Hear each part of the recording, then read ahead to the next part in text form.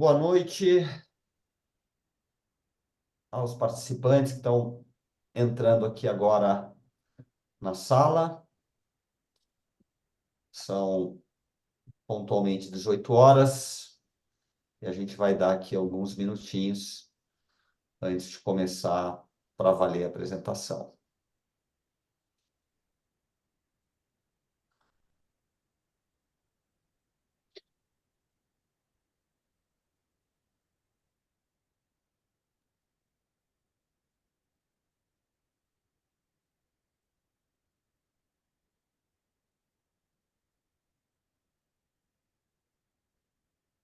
Eu acho que é o nosso terceiro Basement Talks mais direcionado para o segmento dos escritórios de investimento.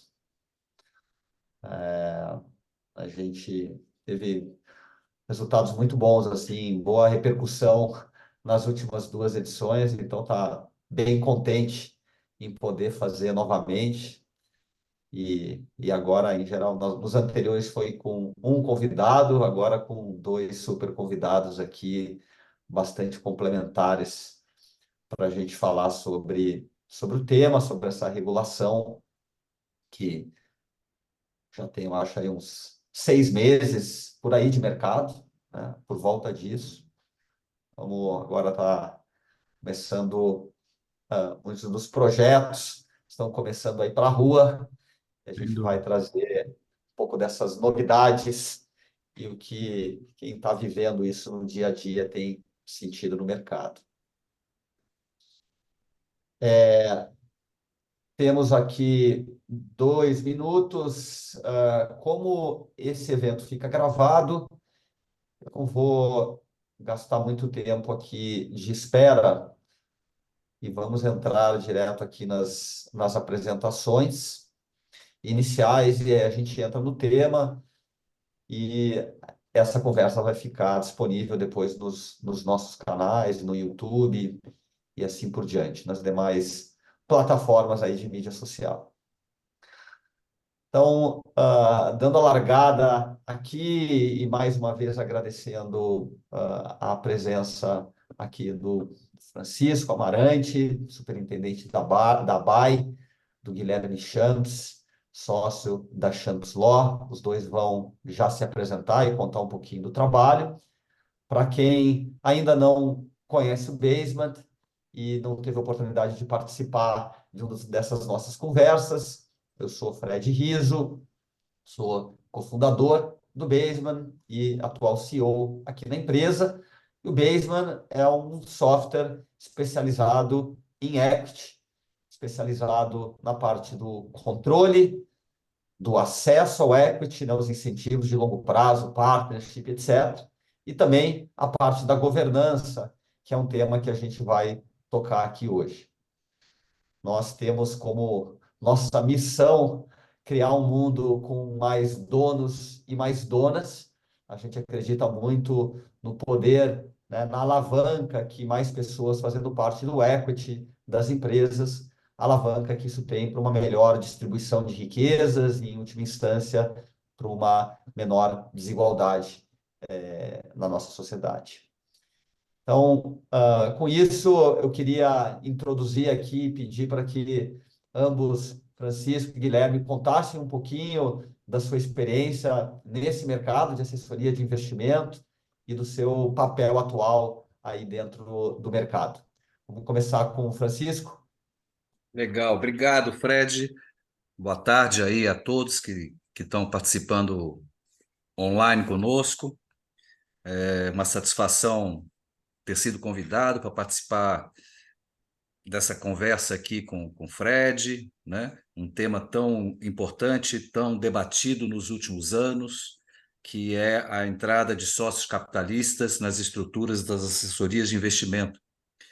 E muito embora o tema não seja um tema tão novo, né? Por que ele não é tão novo? Né? Porque existia uma instrução normativa 434 da CVM de 2006 que já fazia a previsão, né, de você ter sócios não assessores de investimento dentro das estruturas, mas limitadas aí a 2%, né? E essa permissão ela acabou caindo em 2011, quando teve a Instrução Normativa 497, por diversas razões, e que não vale a pena se estender muito aqui, a gente pode depois falar um pouco mais sobre elas em outro fórum, né? É interessante lembrar também que 2018, né, que foi o dezembro de 2018, para ser mais preciso, que foi o ano em que a ABAE se apresentou oficialmente ao mercado, num evento realizado no auditório da B3, com a presença da CVM, da Ambima, da Ancor, os principais líderes, né, das plataformas, mais de 100 escritórios presentes, né? Esse foi um dos temas que a BAE trouxe à discussão antes ainda da audiência pública conceitual, que foi em agosto de 2019, no ano seguinte, ter ido ao ar. E naquela oportunidade, a discussão ela foi tão profunda e tão impactante, né? Que o próprio regulador, que não sabia muito bem como conduzir esse movimento, né, de crescimento dos antigos agentes autônomos de investimento, acabou inovando, trazendo para o mercado uma audiência pública conceitual. Ou seja, diferentemente do que normalmente é feito, onde ela impõe já uma minuta para que o mercado se discuta em cima dela, ela simplesmente falou: olha, hoje temos essa instrução que rege a atividade, o mercado está pleiteando diversas mudanças e alterações, e a gente queria ouvir de vocês o que vocês sugerem para que a gente trabalhe aqui numa minuta efetivamente.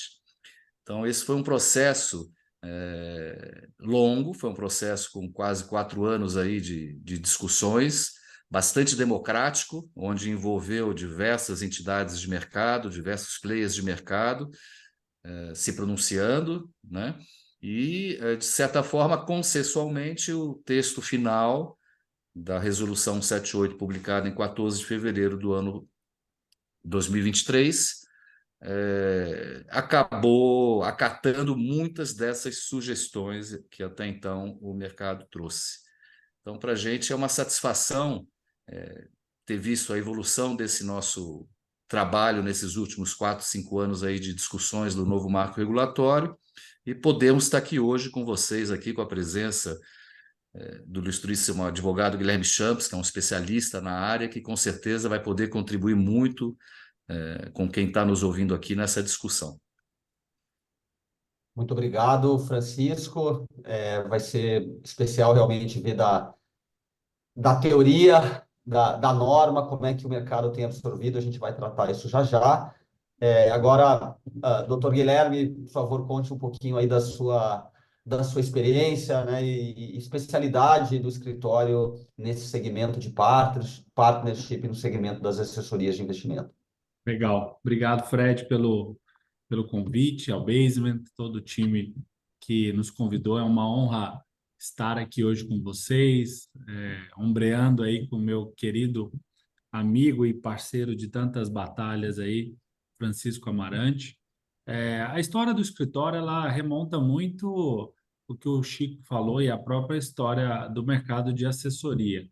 Antes de fundar o escritório, eu tive carreira em outros escritórios tradicionais, mas eu fundei a minha banca em 2018 também, muito parecido ali com a história da própria ABAE.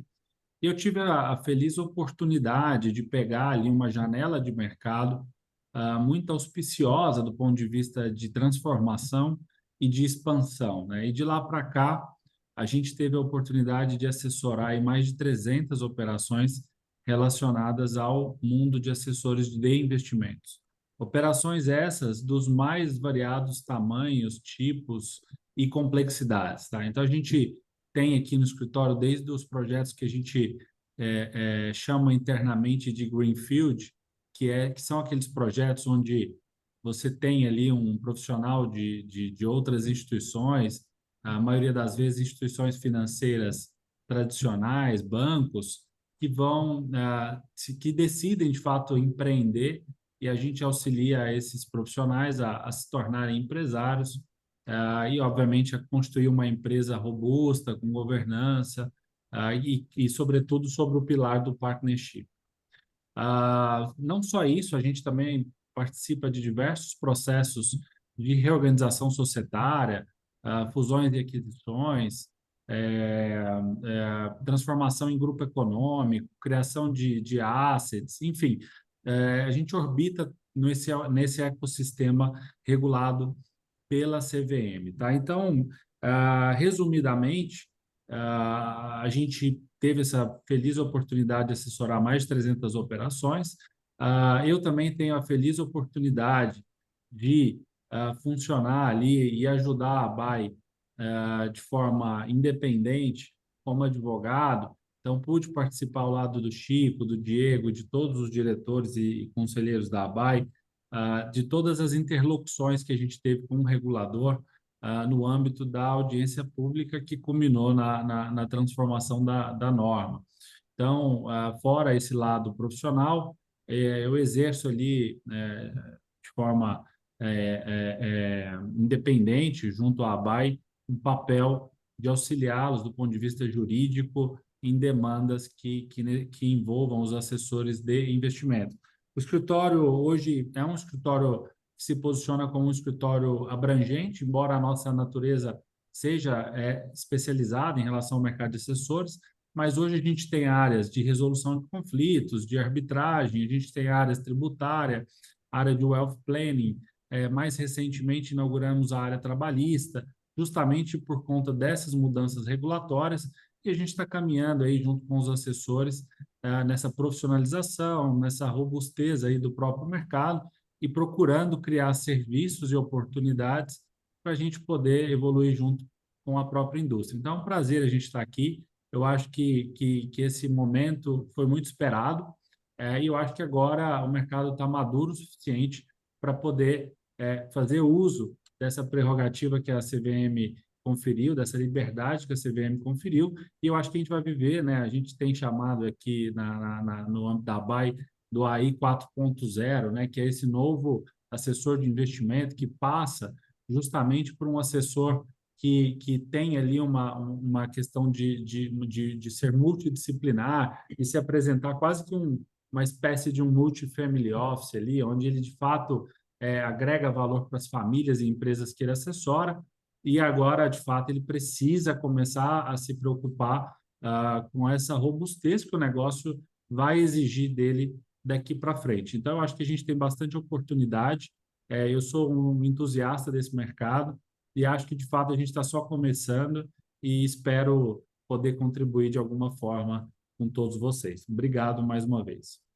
Fred, antes de você continuar, eu esqueci de comentar para o pessoal também, quer dizer, eu não sou assessor de investimentos, tá? Muito embora eu seja o executivo que comanda a Associação Brasileira de Assessores de Investimento, eu sou um profissional do mercado financeiro, com algumas décadas aí de experiência, sempre na indústria de asset management. Não sou um assessor de investimentos, e uma das razões de eu estar hoje exercendo a função de superintendente da associação justamente é por ter essa isenção, ou seja, o fato de eu não estar vinculado a nenhuma plataforma especificamente e poder, então, falar em nome da categoria de uma forma também independente. Perfeito, Chico. Entrando então já na nossa pauta, e antes de talvez endereçar algumas perguntas a cada um de vocês, eu acho que seria legal, e aí direcionado para ambos, vocês pincelarem os principais aspectos dessa nova norma, né, da CVM 178, perdão. Então, o que de mais relevante ela trouxe para o mercado, e aí a gente vai entrar mais nos impactos aqui do sócio capitalista. Bom, se eu posso começar. Cara, ela foi muito na linha, né, do que lá em 2019 saiu na audiência pública conceitual. Então, ela foi baseada em três principais tópicos, que era o fim da exclusividade, que era a transparência e que era a flexibilização na forma jurídica da constituição dos escritórios de assessoria de investimentos, né? A gente percebeu, né, que a norma ela veio comparado com o texto que foi encaminhado na audiência pública, ela trouxe algumas surpresas favoráveis, positivas. Então, ela veio com um texto muito mais aberto e flexível do que propriamente a minuta que foi encaminhada para o mercado para discussão. Não sei se vocês recordam, mas existia na minuta da audiência pública a previsão dos escritórios terem 2 diretores estatutários, um atuando como compliance, outro atuando como normas, procedimentos e controles e coisas do gênero, né? E no texto final, isso acabou sendo reduzido para um apenas diretor responsável, né, que não necessariamente precisaria ser estatutário, poderia ser um sócio, um administrador, um diretor, enfim, do escritório, né? Trouxe a novidade por conta da sociedade empresária, ou seja, flexibilizou a forma jurídica com que os escritórios podem ser constituídos. Até então, eles eram, de 2011 para cá, eles eram constituídos na forma simples, né, onde todos os assessores obrigatoriamente teriam que participar do contrato social, e a flexibilização que a 178 trouxe veio um pouco de encontro com a própria evolução do mercado, né?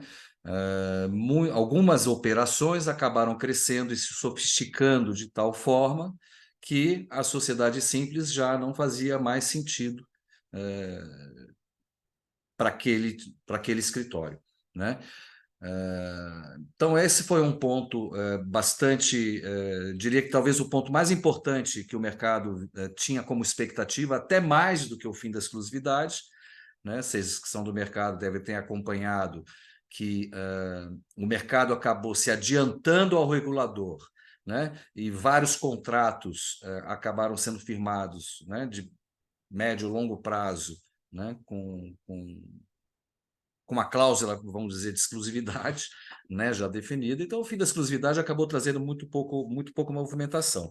E o que a sociedade empresária trouxe de novidade, que eu acho que o Champs depois vai poder esclarecer um pouco melhor aí os impactos e efeitos disso, né? É a possibilidade do escritório hoje poder ter CLT, ou seja, uma pessoa contratada. Isso, de fato, é um tema que a gente vem acompanhando de perto com bastante atenção, né? Gosto sempre de lembrar que o agente autônomo de investimentos ele foi regulado a primeira vez em 1967 e que na Resolução 76 do Banco Central, que trata da figura do agente autônomo de investimento, ele deixava explícito que ele não tinha vínculo trabalhista, né? Então, quase que 60 anos depois, 50 e poucos anos depois, quer dizer, aparece a figura da CLT, né? Então, esse é um cuidado especial que depois o Champs pode falar um pouco mais no detalhe sobre ele. E a novidade positiva da sociedade empresária acabou sendo a figura do diretor responsável. Então, essa é uma figura nova, que eu acho que traz um pouco mais de segurança para o investidor, né? E também traz um pouco mais de organização para o escritório. E pelo fato de você ter vários sócios ali, com diversos níveis de cota dentro de uma estrutura, para o regulador, para o autorregulador, para o próprio intermediário, enfim, ficava muito difícil saber quem de fato era o interlocutor dentro daquele escritório que fosse ter poderes para, enfim, algum ofício, algum encaminhamento que tivesse que ser feito de alguma forma, a quem direcionar esse tipo de coisa. Então, a figura desse diretor responsável como um focal, vamos dizer assim, do escritório junto a esses entes, eu acho que foi uma medida bastante positiva na linha de governança que a gente prega e que a gente defende, né? E eu acho que talvez esses tenham sido assim os pontos principais, né? A questão da transparência ainda está dando aí um pouco de discussão por conta da recente postergação da entrada em vigor da Resolução 179, que alterava a Instrução Normativa 35, né, que era mais voltado aos próprios intermediários, na verdade, né? Então, a 178 dos assessores entrou em vigor em 1º de junho do ano passado, trazendo algumas novidades no quesito transparência, né, como o termo de ciência, que o investidor tem que tem que assinar agora ao renovar o seu cadastro ou abrir uma conta nova, onde ele sabe exatamente qual é o papel do assessor, quais são os conflitos eventuais que esse assessor pode ter, quais são os modelos de remuneração que esse assessor possui, né? Da mesma forma também que ele empodera o investidor, dando a ele o direito de, a cada produto ou serviço ofertado por um assessor, esse investidor questione, por exemplo, qual é o nível de remuneração que ele está tendo por aquele produto, aquele serviço que está sendo ofertado, né? Então, eu acho que, assim, em linhas gerais, eu acho que foram os principais tópicos assim que a 178 trouxe. Ela trouxe mais Perfeito. liberdade, ela trouxe mais flexibilização e ela trouxe, talvez aí, sem querer ser um jargão, um pouco mais de empoderamento ao investidor, vamos dizer assim, ou de democracia, né? Perfeito, perfeito. Eu queria pegar esse gancho justamente do tema da governança que você trouxe. É, aqui entre os nossos clientes, escritórios de investimento, de assessoria de investimento, o tema mais comum, né, junto com o partnership, que é um tema muito relevante, a gente percebe para toda a indústria, que trabalha muito, porque vem da própria regulação, que todo mundo tinha que ser sócio, né? Antigamente era obrigatório ser sócio, então esses programas já eram meio que impostos.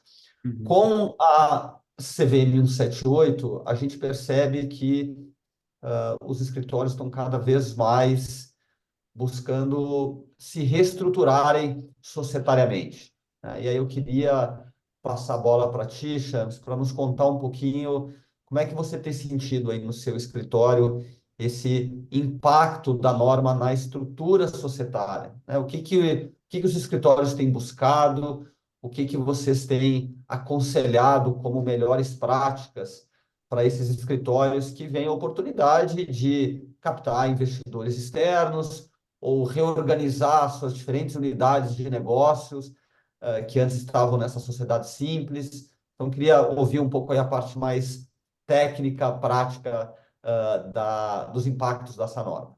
Perfeito, Fred.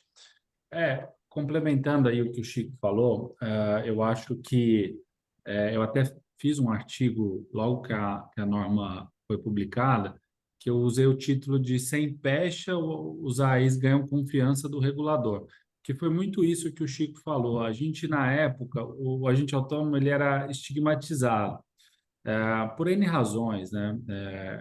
Tem algumas explicações um pouco históricas em relação a isso, não carece falar aqui, mas ele tinha um estigma ali do próprio regulador e isso foi se perdendo ao longo do tempo.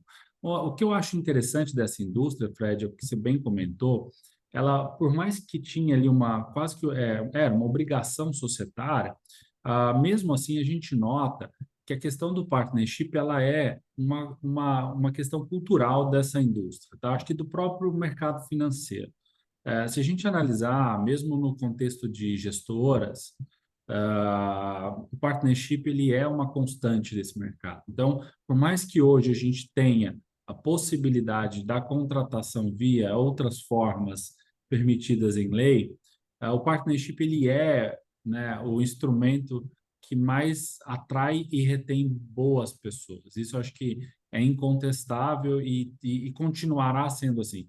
E eu acho que de todas as indústrias, principalmente de prestação de serviço que a gente conhece, o mercado financeiro é a que melhor exprime essa condição, tá? Acho que mais até do que nós aqui, advogados, do que contadores, enfim, o mercado financeiro está um passo à frente. Acho que porque tem desde sempre muitos bons profissionais e a gente sabe que para reter boas pessoas você tem que partilhar ali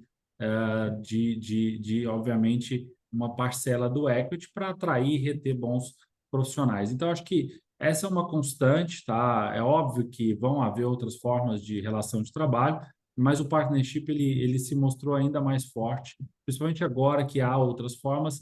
A gente vê que o mercado ele se organiza, né? Ele se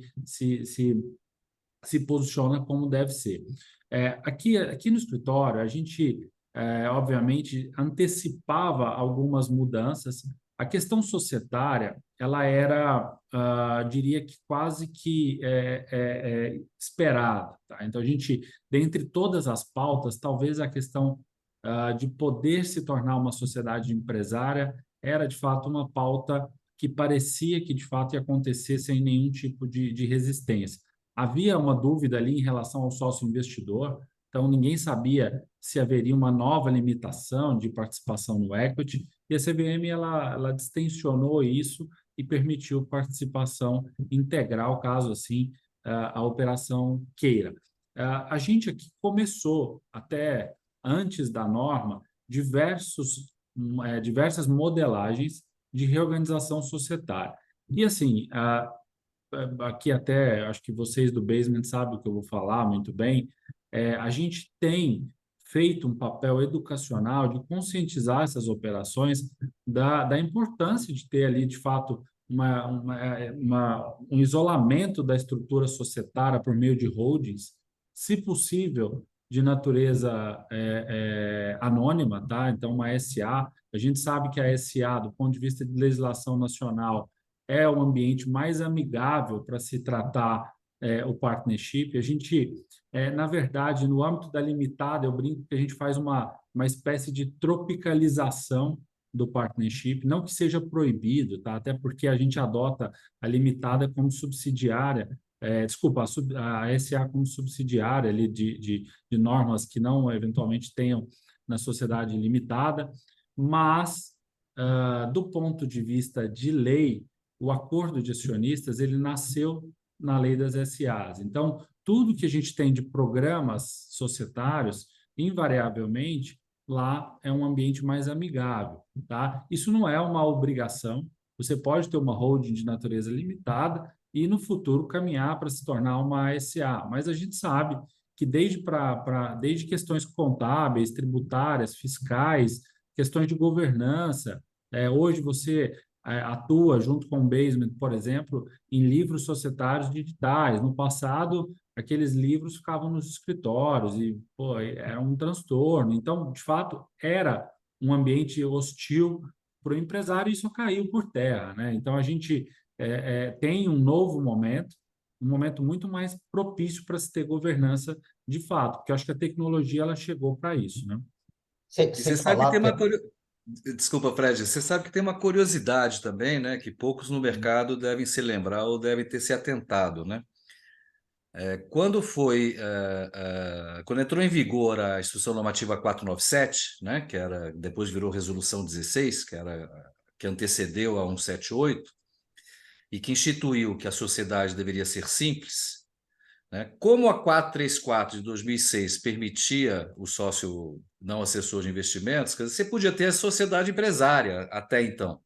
Uhum. E, curiosamente, esse evento que eu comentei no início dessa nossa conversa, que nós fizemos lá na B3 em dezembro de 2018, que a CVM participou, 2 semanas após aquele evento, ela soltou o ofício circular número 5, dando com notas explicativas sobre a instrução normativa de 2011 que o mercado trouxe para ela em 2018. Uhum. E nesse ofício circular número 5, ela falava assim: as sociedades empresárias têm até junho de 2019 para se enquadrarem e virarem sociedades simples. Ou seja, na prática, né, uma coisa que foi proibida em 2011, ela ficou em atividade até junho de 2019. Então, existiam escritórios que eram sociedade empresária até junho de 2019, que foi quando o ano que saiu a audiência pública conceitual para debater o tema. Foi apenas uma Legal, curiosidade aqui que eu lembrei agora. isso mesmo. Eu ia complementar até que acho que esse tema de livros e complexidades que sempre foram muito associadas às SAs, essa é uma barreira que a gente enfrenta há algum tempo, mostrando que não é mais um bicho de sete cabeças, né? E de fato o Basement está aqui para simplificar e democratizar o acesso às SAs, mas também as próprias normas recentes, né? O marco regulatório das startups, por exemplo, tornou muito mais barato você constituir uma SA. Uhum. Dependendo da receita dessas empresas, elas não precisam mais publicar em jornal, por exemplo, que eram custos também alto que era associado, e a burocracia de cada evento, você tem que Uhum. publicar. Hoje você faz isso tudo sem custo pelo SPED, empresas Uhum. até 70 milhões, alguma coisa assim de faturamento, agora eu perdi o número exato, né? Então tá mais fácil. Agora, Champs, eu acho que uma coisa que a gente escuta muito na resistência das empresas, dos escritórios, né, de migrarem para um sistema de sociedade anônima, principalmente no CNPJ constituído para a atividade da assessoria, a limitada dá uma flexibilidade do ponto de vista da distribuição dos resultados, né? E na SA isso é mais engessado. Sim. Então, como é que vocês têm visto, qual é a saída que vocês têm visto para esses grupos, para esses escritórios, para, por um lado, eles terem mais governança, conseguirem atrair, eventualmente, investidores externos, mas, por outro lado, terem maior flexibilidade na distribuição dos dividendos, vamos dizer assim. Essa é uma outra peculiaridade do mercado, que eu acho que também é muito parecido com o nosso aqui, da advocacia e de outros prestadores de serviço, né? Você tem vamos chamar assim, vamos chamar vulgarmente da despesa ali relacionada ao comissionamento, por uma questão, obviamente, de eficiência tributária ainda, né? Você ter a isenção da distribuição de lucro, né? Então, existe ali, né, um percentual que é destinado aos assessores via o comissionamento da carteira de clientes, então isso é pago via distribuição de lucro. O que a gente recomenda, né?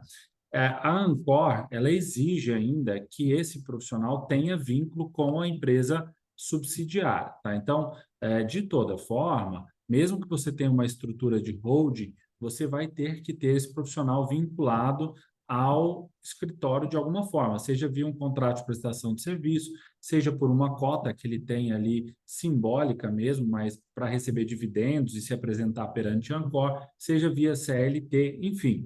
Então, assim, na prática, a gente recomenda que, eventualmente, a pessoa permaneça com uma cota da companhia subsidiária, que é a de assessoria de investimentos, viabilizando ali a distribuição de lucros desproporcionais e o equity value mesmo, né, o book da companhia, fique, obviamente, na SA. Então, você teria ali uma consolidação do equity na SA e a subsidiária teria 99,9% dessa SA e o restante dos assessores, pessoas físicas vinculadas, tá? Então, acho que esse é um caminho que pode ser viável, né? Esse tema foi bastante debatido, Fred. Logo que a norma foi publicada, 14 de fevereiro do ano passado, a gente fez um evento na B3, no auditório da B3, e convidamos a CVM e a BSM, né, para participarem. E, na altura, nesse evento, a própria CVM nos sugeriu que montássemos um grupo de trabalho, né, com a BSM, com a própria Ancor, né, para que facilitasse a leitura e o entendimento da 178 de uma forma mais célere, e não como foi lá com a 497, que em 2011 eles publicaram, e só em 2019 que eles soltaram 2018 que eles soltaram o ofício explicativo, com as notas explicativas, né? Então a gente montou esse grupo para criar um FAQ, né? Aquelas perguntas mais frequentes, aquelas dúvidas mais frequentes. Esse documento foi um documento muito bom que está disponibilizado tanto no site da ABAI quanto no site da BSM, ele já está na sua segunda versão, e o motivo da segunda versão ter vindo em 6 meses foi exatamente essa questão que o Champs acabou de abordar agora, que era a possibilidade ou não de um sócio da holding entrar como sócio direto indireto da sociedade de assessoria de investimentos, né? E isso foi esse documento ele é validado pela CVM, né? Então a posição do regulador e do autorregulador é que o modelo é esse que o Champs comentou. Você não pode entrar via holding como sócio indireto né? Esse foi um dos pontos que foi levantado nesse FAQ. Você está mudo, Fred. Eu fiquei confuso com a tua última fala, Chico. Você não pode entrar como holding na sociedade limitada, é Não, isso? não. Você, pessoa física, eu, Chico, eu não posso ser sócio direto da holding e indiretamente sócio da Você vai ter empresa que de ter assessoria. participação nas duas, entendeu? Eu tenho que ter Mesmo que seja participação uma. nas duas, como o Champs comentou, o cara tem 1% de cota na assessoria, mas ele tem equity na holding. Esse é o Entendeu? modelo É. aceito pelo regulador e pelo autorregulador, Ele fica né? com uma cota ali, ainda que simbólica, para ter esse relacionamento com o regulador e com a sociedade, e ele tem o equity, né, dele. Trazendo um paralelo aqui, seria como se o cara fosse aqui numa estrutura de uma empresa muito grande de tecnologia que tem estrutura offshore. Ele tem aqui a subsidiária dele no Brasil, vamos imaginar assim, e lá fora ele tem ações, né, na Nasdaq, por exemplo. Então, assim, você tem a holding, que é essa empresa de consolidar as participações do grupo econômico, mas ele permanece com uma cota ali, da empresa de agente autônomo normalmente, tá? Tá? Isso veio muito por conta, uma das justificativas que eles nos deram era por conta das dificuldades de fiscalização. Uhum.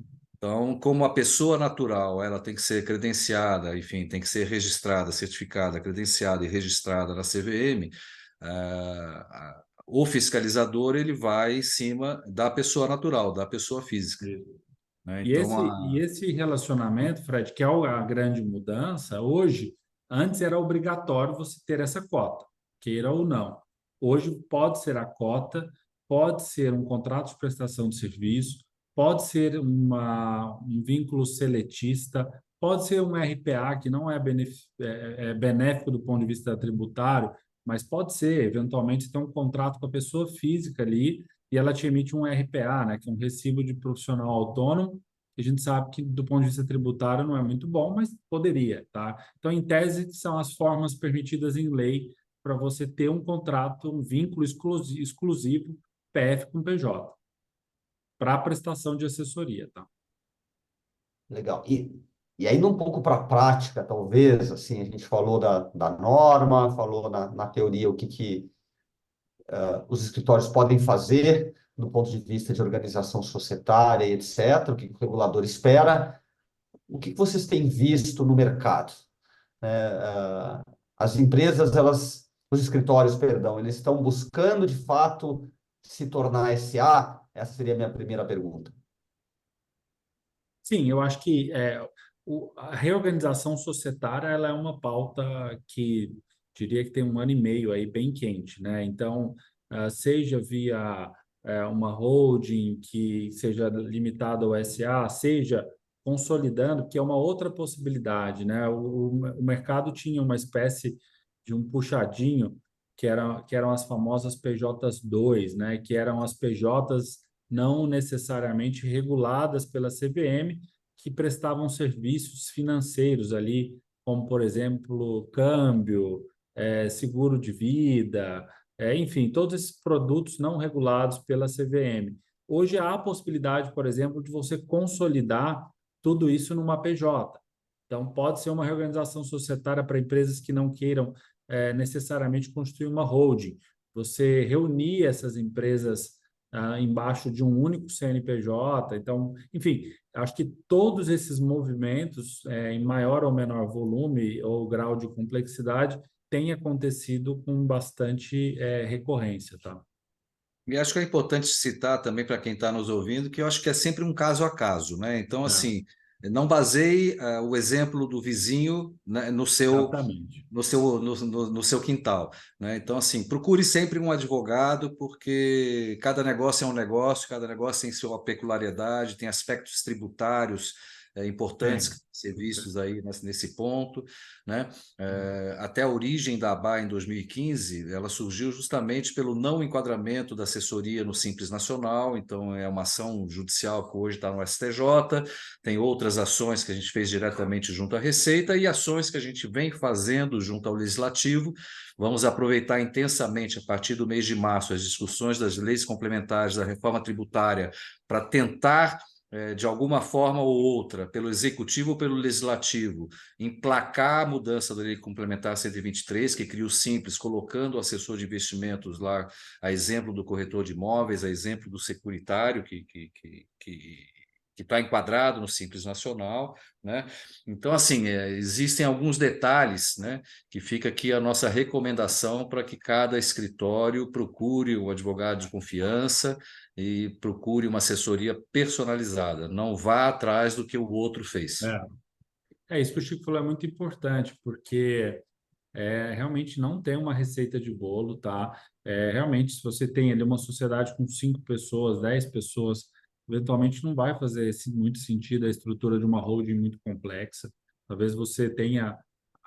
Essa questão que o Chico falou é importante, tá? Até fica um alerta que essa empresa de serviços financeiros, em tese, você pode enquadrar ela no Simples Nacional. Já o agente autônomo, assessor de investimentos, existe essa briga da ABAE grande aí, tanto no legislativo quanto no judiciário, para que possa haver essa possibilidade. Mas hoje não há. E no momento que você unifica essas estruturas, naturalmente, o lucro presumido vai atrair a empresa do Simples Nacional, que pode prejudicar boa parte de empresas aí. Então, tem que realmente analisar caso a caso. Tá?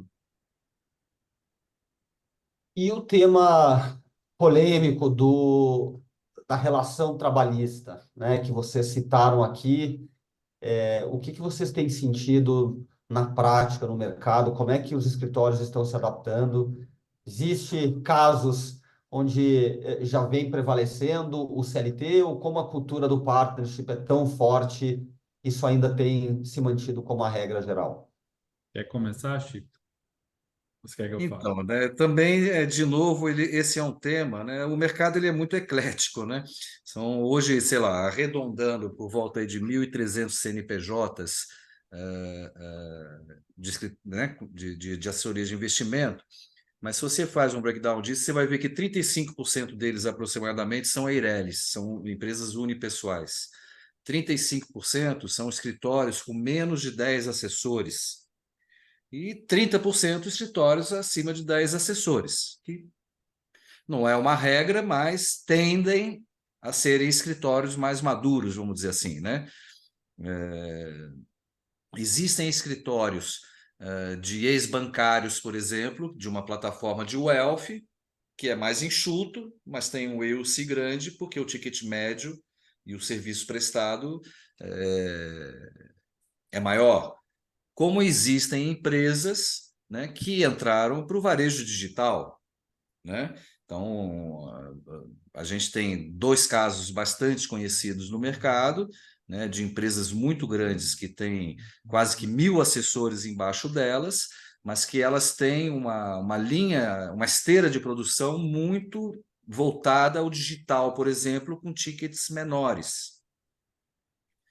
Então, existe nessas empresas com esse perfil, existem uma gama de assessores muito júniores, no sentido que são muito jovens, muito embora sejam certificados, né?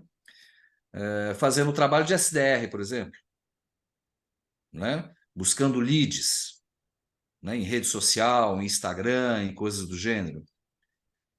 Então, às vezes, para essas empresas, pode ser que para elas ela encontre algum sentido em pegar essa turma mais informação, mais nova, e até porque tem um custo mais barato, né? Eventualmente seletizar.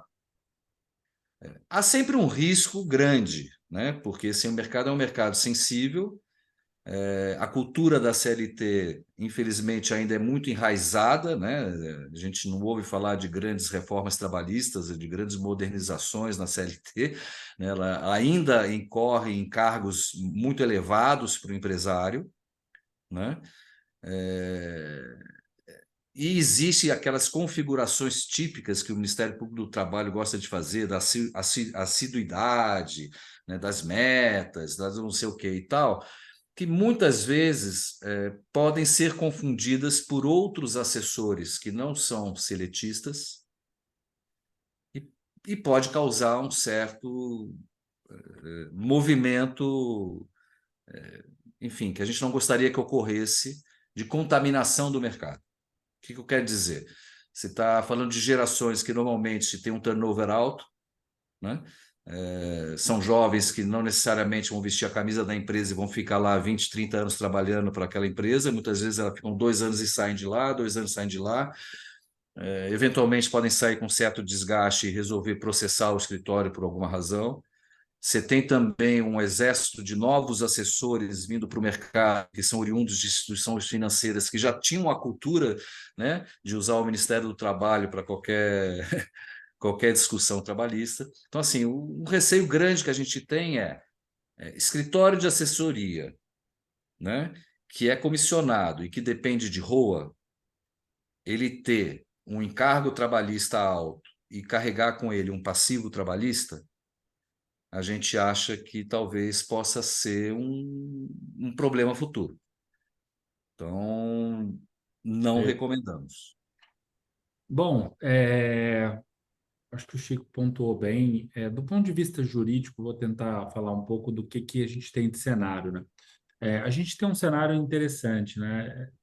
Se no lado executivo a gente teve uma mudança recente de governo, que obviamente tem pautas ligadas a garantismo de trabalho e algo nesse sentido, por outro lado, o judiciário ele vem sedimentando posicionamentos interessantes em relação à terceirização de atividade fim, seja via PJ, seja via regime associativo.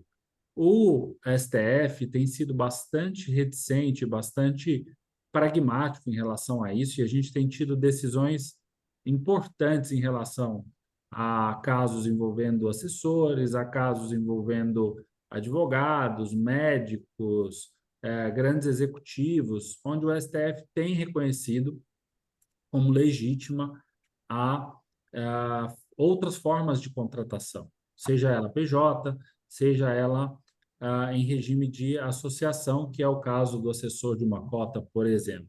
Para isso, você precisa analisar alguns requisitos, como a questão do grau de escolaridade desse profissional, a remuneração que ele tem e, por fim, obviamente, a condição que ele tinha perante aquela empresa. Então, o assessor típico, que é aquele assessor que de fato é autônomo, que de fato tem liberdade ali, não só de trabalho como intelectual, que tem uma remuneração variável, que depende, obviamente, de uma performance dele, a gente tem bastante segurança jurídica hoje quanto ao não reconhecimento do vínculo trabalhista. Isso não quer dizer que a empresa não possa ser processada, né? O direito de processo, de petição, que a gente chama, é um direito constitucional. Então, todo mundo tem direito de demandar contra qualquer pessoa, mas a gente tem uma jurisprudência bastante forte nesse sentido.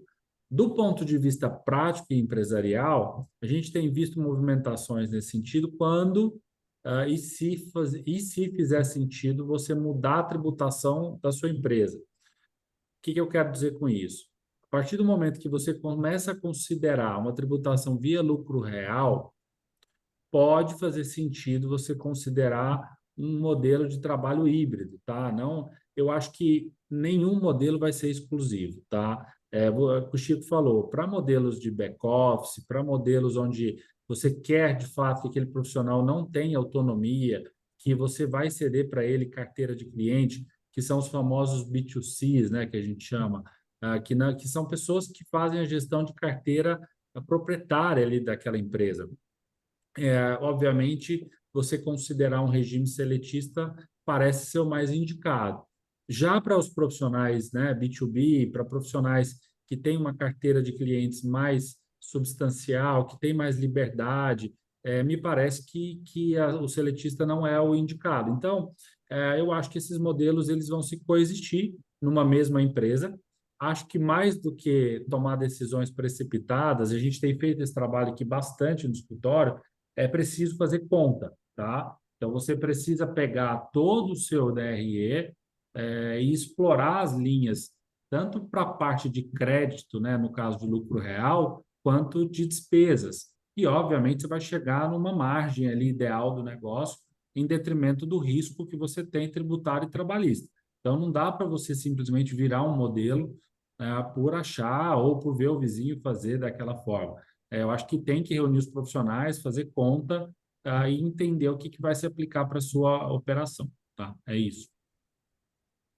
Excelente. E a gente caminhando um pouquinho já para o final desse nosso Basement Talks, seria legal escutar de vocês, talvez aspectos faltantes dessa regulação, né? Assim, o que que ou não saiu como esperado, na prática foi diferente da teoria, ou o que que é o próximo passo de melhoria que precisa haver para o nosso mercado continuar evoluindo. Um pouco das percepções aí da prática da regulação nesses primeiros 6 meses de vigência. Bom, sei lá, a minha avaliação é muito pessoal, tá? Acho que eu não tenho nem autoridade para falar em nome da ABAE, porque temos aqui um corpo diretivo, um corpo de conselheiros, e cada um vinculado às suas plataformas, com a sua história, então pode ser que um ou outro participante nosso aqui, ou mesmo associado, pense de forma contrária. Mas a minha leitura é que a norma ela veio aprimorar e modernizar muito o mercado, veio trazer bastante liberdade, para que os escritórios, da forma como eles vinham evoluindo aí ao longo do tempo, possam se constituir, enfim, e tocar suas atividades de uma forma mais produtiva, vamos dizer assim, né? Agora sim, lembra muito a Bolsa de Valores, né? Normalmente você compra na expectativa e vende no fato, né? Então, a Uhum. sensação que eu tenho é que antes de fevereiro de 2023, né, você tinha assim, como referência tecnológica o SpaceX, né, que vai numa velocidade monstra até Marte e consegue pousar no mesmo lugar, né? Você tinha a expectativa humana que era quase uma Lamborghini nas autobahns alemãs lá, 400 por hora, né? E você tinha o regulador, né, naquele passo mais lento, né? Mais processual, mais burocrático, enfim, até de um pouco mais até de diligência, vamos dizer assim, né, na análise e dos impactos regulatórios que as medidas que estavam sendo pleiteadas poderiam ter ou não no mercado, né? E essa expectativa humana, a velocidade com que ela andava, ela acabou sendo tão alta que ela acabou se adiantando a muitas coisas, até porque muitos não acreditavam que a norma fosse sair, né? Então, você tinha naquela altura escritórios, por exemplo, que já estavam batendo na porta do lucro real, né? Preocupados com essa questão. Então, muitos adiantaram que iam virar uma corretora de valores, que encontravam na corretora Light a solução para poder atrair sócio capitalista, para poder ter CLT, questões de lucro real, arrumar despesa em balanço, e parari, parará, parará. E o que a gente viu depois que a norma saiu, né? É que ela saiu exatamente da forma como o mercado imaginava, queria que ela saísse, né? E muitos recuaram, né? Eu diria assim que a maioria recuou, né? Que eu saiba, acho que a EQI virou corretora e a Montebravo aí virou corretora e os outros projetos que estavam em andamento acabaram indo para a gaveta, né?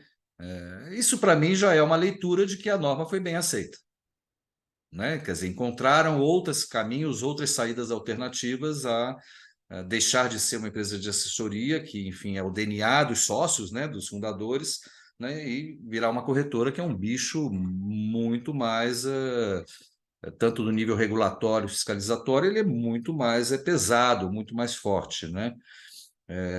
Essa questão também da multivinculação, também eu percebi que havia um burburinho muito grande nas discussões da audiência pública, e na hora que, ok, você pode ser multivinculado, na prática, acho que 80% do mercado nem se preocupou com isso, nem debate esse assunto, nem discute esse assunto, né? Talvez unipessoais, empresas menores, né?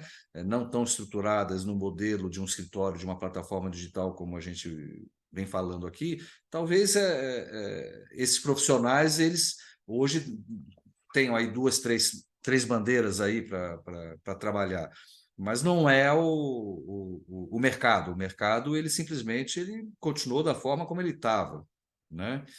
Então, a sensação que me dá, Fred, é que o mercado ele está num momento de absorção e de avaliação e de análise do texto final e como eu falei, individualmente, cada escritório procurando encontrar qual é o seu melhor caminho, mesmo que seja não fazer nada e deixar tudo da forma como está. Essa é a minha avaliação. A gente está aí, eu até estou tentando programar com a CVM e com a BSM. O ano passado nós fizemos o primeiro encontro de diretores responsáveis com a CVM e com a BSM, que foi um evento aqui no IBMEC, que foi um sucesso, 250 escritórios participando, João Pedro Nascimento, presidente da CVM, participou, André Demarco, superintendente da BSM, participou, a Fátima Guerra, que faz as auditorias do mercado, participou, enfim, e tal. Esse ano a gente está querendo, quando completar um ano de norma, né, em vigor, a gente está querendo fazer o segundo encontro justamente para procurar, junto ao regulador e ao autorregulador, fazer um apanhado do que foi esse ano. Teve muita reclamação? Teve muito investidor reclamando de assessor? Né? Como é que ficou? Teve muito cara falando que está fazendo churn na carteira? Enfim, tem muito cara fazendo gestão de recursos que não pode fazer. Quer dizer, todos aqueles pontos que foi a justificativa da CVM para fazer lá atrás, em 11, a 497, será que eles... Né? Como é que foi esse primeiro ano de vigor da... Então, acho que vai ser um evento aí bacana que talvez a gente consiga está tendo uma leitura um pouco melhor do que foi. Mas eu, particularmente, o meu entendimento é que o mercado está num período de absorção e digerindo, enfim, a nova norma e tentando ver individualmente aí, cada caso, qual caminho que vai seguir. Perfeito. Eu endosso o que o Chico falou e acho que você tem dois fatores aqui. De fato, a expectativa do mercado era pessimista em relação à norma, tá? Não acho que, como eu disse, né? Eu acho que o mercado era tão estigmatizado que parecia haver uma pré-culpa ali. Então, jamais vão liberar. A gente falava, pô, vai liberar 20%, vai liberar 30% para investidor. Ah, jamais vão deixar uma corretora ter o controle de um assessor. Então, acho que a gente estava tão preparado para o pior que, de certa forma, surpreendeu. E, naturalmente, não tinha nenhum movimento tão engatilhado ali, porque era quase que improvável que a gente teria essa confiança irrestrita por parte da CVM. Aliado a isso, a gente pegou um vento contrário de mercado, né? É natural, não só nas assessorias, como no mercado macro aqui e Brasil, que obviamente impactou o que a gente chama, né, de capital de risco, né? E o assessor, não queira ou não deixa de ser um capital de risco aí para fins de investimento. Então, acho que tem esses dois fatores. Eu tenho visto aqui nos bastidores uma organização mais robusta já de alguns fundos em termos de teses, tá? Então, a gente tem visto fundos, de fato, já aprofundando suas teses em casas de assessoria, que naturalmente, na hora que pegar um vento um pouco mais favorável, com Selic mais baixa, esse movimento vai acelerar. Eu acho que isso é do segundo semestre para frente, tá? Então, sou otimista ainda. Acho que se a gente pegar ventos favoráveis, eu acho que a gente vive uma nova fase de mercado. E para finalizar, acho que tem uma pauta importante aqui que eu queria deixar uma provocação. Até a gente, pela ABAI, tem feito essa provocação, que é justamente em relação à transparência, né? Que eu acho que você perguntou, pô, o que poderia melhorar? A gente vê hoje muito uma exigência em relação aos assessores, o que a gente não vê em relação ao lado das instituições financeiras, né? Então, acho que foi feliz a retirada de pauta ali imediata da 179, do ponto de vista de vigência, porque, de fato, estava mais uma vez o assessor assumindo um estigma em detrimento a todo o mercado, né? Então, a provocação que a gente quer fazer, tanto para a CVM, enfim, quanto para o Banco Central, quanto para a SUSEP, ou seja, todo o sistema financeiro nacional, que a gente enfrente a pauta da transparência, mas de forma mais ampla, né? Que a gente possa olhar para as instituições financeiras, para as instituições de seguros, e, obviamente, ampliar esse debate, mas não em relação a somente os assessores, né? Então, hoje eu tenho visto o assessor, mais uma vez,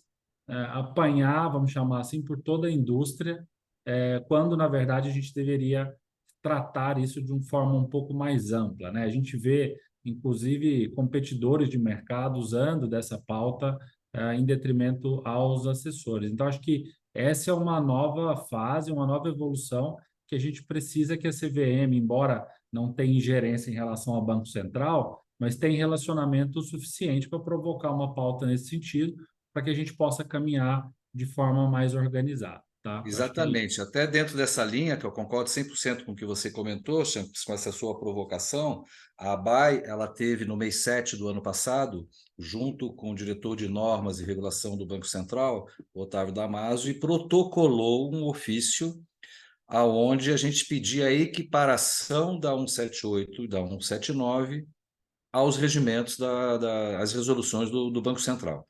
Até para que evite com isso uma concorrência desleal. Até porque falamos de gerentes de banco, de B2C, de plataformas, de B2B escritórios vinculados, né? Mas todos, acabam que todos são profissionais de investimento. Todos falam com o investidor final e todos distribuem valor mobiliário. Então, não faz sentido, né, as exigências de transparência caírem somente no rabo do cometa, né, do B2B, do assessor, né, e o resto da cadeia de distribuição não ter essas mesmas exigências ou diligências, ou enfim, né? Então, acho que é muito importante. Então, sim, a associação ela já fez esse protocolo junto ao Banco Central. Ao mesmo tempo, nós já solicitamos uma audiência à CVM para conversar justamente sobre essa postergação da 179 e a manutenção em vigor da 178, né? Porque o nosso entendimento é que todos os pontos relativos à transparência do assessor da 178 que estão em vigor deveriam ser suspensas até a entrada em vigor de fato da 179, né? Isso não foi levado em consideração, acho, não sei nem se passou pelo radar essa preocupação, né? E a gente quer também provocá-los no sentido que o acordo técnico que eles têm de cooperação entre CVM e Banco Central, esse tema transparência seja debatido de uma forma um pouco mais assertiva, né? E para finalizar aqui do meu lado, né, é importante assim, a gente comemorou muito, a gente ficou muito feliz com a 178 de modo geral, né? No entanto, né, o que diz a regulação não necessariamente é o que diz os contratos comerciais. Então, o fato da regulação estar mais flexível, o fato da regulação permitir diversos pontos que ela não permitia anteriormente, vai dar 2 exemplos aqui. Você contratar alguém no seu escritório de assessoria e você atrair um sócio capitalista, né?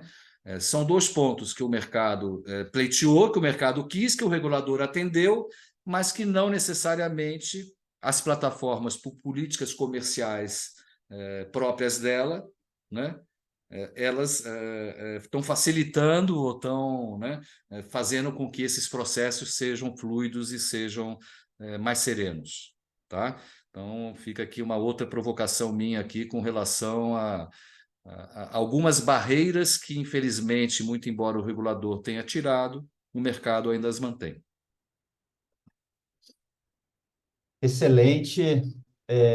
Acho que eu saio aqui com uma visão, né, de que a norma ela veio, se eu puder resumir assim, mais positiva do que muito do mercado esperava, né, e como o Chico bem colocou, isso fez com que muitas assessorias voltassem para o seu core, né, da sua atividade, vistem que que tem muito espaço ainda de desenvolvimento. Assim como a gente, pontuado pelo Champs, talvez tenha pego um vento contra nesse início da norma, que esfriou muitos projetos, né? Claro que tem algumas provocações e melhorias que foram apontadas aqui, que acho que é normal serem discutidas agora com o regulador ou com os reguladores, para que nessa nova versão elas sejam contempladas. A gente estourou um pouquinho o nosso tempo aqui, mas eu queria mais uma vez dar um enorme agradecimento. Acho que é muito complementar a participação de vocês dois, do Chico e do Champs, e que estão super imersos aí nesse mercado, né, no dia a dia. O Chico estava contando do roadshow que tem agora aí a partir de amanhã. pelo Brasil, e então estão muito por dentro dos desafios do que está acontecendo, e foi muito rico poder compartilhar aqui com o nosso time, e com os nossos ouvintes e membros aqui da nossa rede. Então, muito obrigado pela disponibilidade de vocês, pela parceria para a gente tocar desse assunto, que a gente possa continuar contribuindo aí para o desenvolvimento do mercado. Muito Uma boa obrigado. noite a todos, e até um próximo Basement Talks. Até logo.